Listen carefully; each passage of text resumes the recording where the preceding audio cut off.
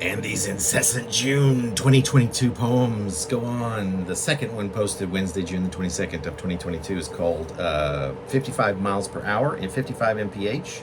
It's anachronism number 3644. Today is a special day. It is precisely 3 weeks after the occasion of my 55th birthday. I used to give all sorts of vague impressions, saving when, as in when in the poems here, which I call, you probably all too well know, the trite and yet stuck name, anachronisms. As in, where's the time? As in, where in the time are these quatrains I spend mulling a somewhat incomprehensible double nickel birthday? Might it be something special, something inappropriate, or something that is rather particularly exemplary of me, that could show in some way the best of all possible me's, and how that perfect me could not but be a reflection of the relevance of you? But why just right to celebrate it for the 3 weeks it has already been occurring? Have I not already been personally celebrating since, birth? Beyond that, however, is this uniquely singular celebration, the now seemingly normal celebration of one. But there is you. Plenty of lovely, loving thoughts keep getting directed from the only person with whom I can so desirously and hopefully imagine really wanting to spend this or any forthcoming birthday, holiday, weekend, lazy evening after work. And did you think it would not always be this special? That you would not always be this special? Again, it's in this way that I can never really truly know what was before. Well, my friends, and these meanderings, special can be felt, and is, and can be imagined. And this unlikely, luxuriant, inexplicable love can be found in more ways than can be counted. There can come that era when each day after another will refuse not to be more special and more unlikely and more undeserved than ever before. Or no, clearly today is not even my day to celebrate anything. And yet, how dare you? It's a day of celebration like no other, now that I'm 55 and 3 weeks old.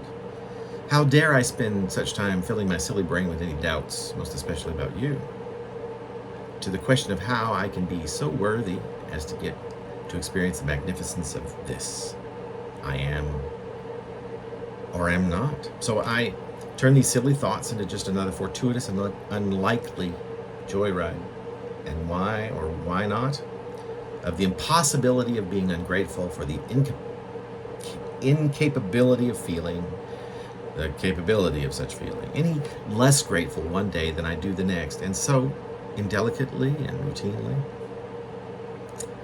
These are the conundrums that make up the very miracles of existence itself, like the paradoxes of importance of my each and every day. Oh, the thought of every day with you. I deserve this every day. You may not be so deserving. You might find this a little bit less than that for which you had bargained. But you are such a gift to me.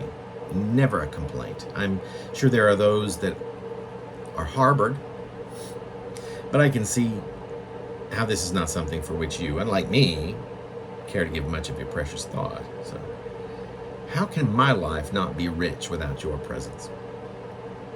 Who can honestly call this nonsense and mean it as I pretend to do? If anyone were ever to deserve such a thing, would it be naught but an exercise in the unnecessary? Could it be enough?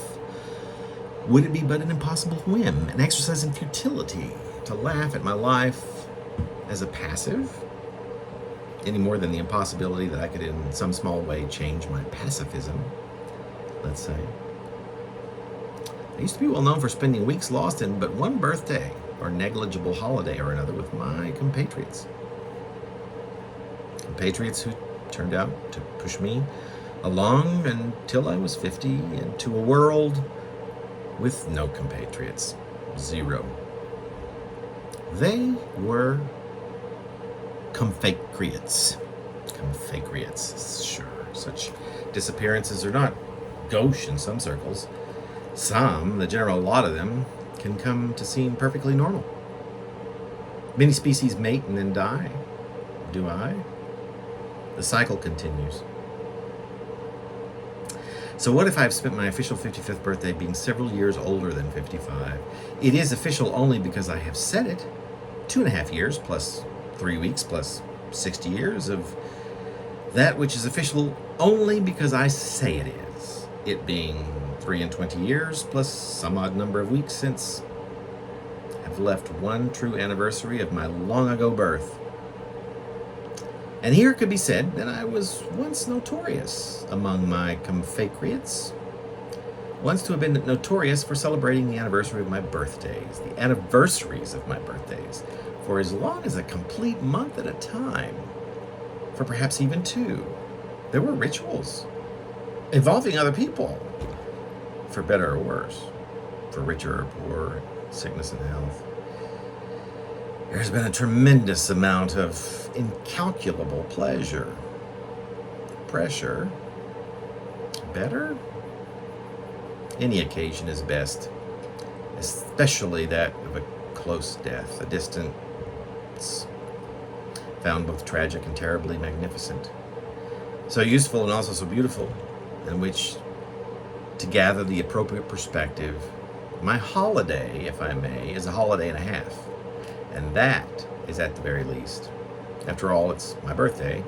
But today, I've spent working on things to keep me not only happy, but doing things that will have me grow older and grow less and less alone, having long ago lost all of my believed existence to fools who would consider my invitation, my nonsense, my odd notion of living, of existing. And I can only hope that I may, as it seems more and more likely to be the case, be one in which we are alone almost never, but together, you and I, anyway, we are an unexpected aspect of such a lost and found existence. A spark that spreads like wildfire on a frozen tundra. That I shall have another birthday, as long as I shall live, which some days, honestly, I don't think will be a moment longer. And yet, the joke is not only on me, but it is me. And it is from me to you with love. It's that bad luck thing that I dwell on all too often while trying not to. Because of the way we were once told to live. A singular way to die is why. We're no longer told to live. We just live. Our eyes half open, as you can see. Not even expecting a swerve, just knowing one will come, and then a fire so deep and so mutual that we freeze and fixate and live it together. What a stew of higgledy-poop. Which is what I try to have in lieu of a cake. But what about this year? Higgledy-poop. Cake, ice cream, ice dreams that are just the two of us. All the flat-headed, frozen-brained skulls have been indeed gone. The best use of my time. Ice cream and cake. But enough of the wishy-washy uncertainty about whether or not I will live to see the longest imaginable hug with whom I can only hope will be my longest ever partner. And by record numbers, which would be somewhat astounding, I suppose, if I were to put more thought into these things just for a moment. But there's not enough time. Quite. Seeing how, in order to do that, what would I be seeking that is not about the crazy dream I had last night in which we were traveling quickly to get somewhere else? Together? Before one of the two of us, obviously me, were lost of life, were dead, would have become non-existent. Just for taking too long. What does it mean to approach a relationship of over 2.5 years, approaching a trinity, and having never had the ability to even touch each other? All this sounds like sadness in the grip of a pretty mid to twilight age birthday in which I've extended yet again to have such randoms and mostly pleasant or satisfying thoughts. So I keep saying day after day after day after day about those not so satisfying thoughts. Why bother with them? Especially when there are so many wonderfully satisfying thoughts of imagined adventures, of lovely conversations, and of spending entire cool evenings like this one, well into the morning, loving those thoughts. The adventures, the things we've never done, like touching, which seems absurd but yet exciting and yet unfair all at the same time. Considering we have what are otherwise the same cycles about two people often have when in a relationship, it's no less real. Is this something I keep needing to tell myself? Sure, it's uncharted territories. And if I were to think of the odds stacked against our favor when it comes to having one of those forever things, then what would that be? What with things like age difference and current separate hemispheres, and either the world and or its people growing so weary that things have what seems an all too often apocalyptic flair. Fuck me and my doubts. Fuck logic. It has to be the best experience of love that I have yet to encounter, and I'd like to consider that I've experienced so much of it. So, please just take me at my word. Should I have photographs that I can share? Perhaps.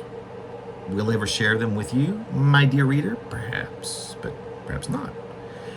I'll close with what I plan to be the celebration with which I will share with my surely befuddled, but hopefully just a bit amused, and could it possibly even be proud mate, how I'm going to close off these evenings and this rather morbid but so very real poem. I've got 2 candles, each in the shape of a red 5 with gold glitter covering up the bottom half. These are poked into a pair of pear atop my microwave.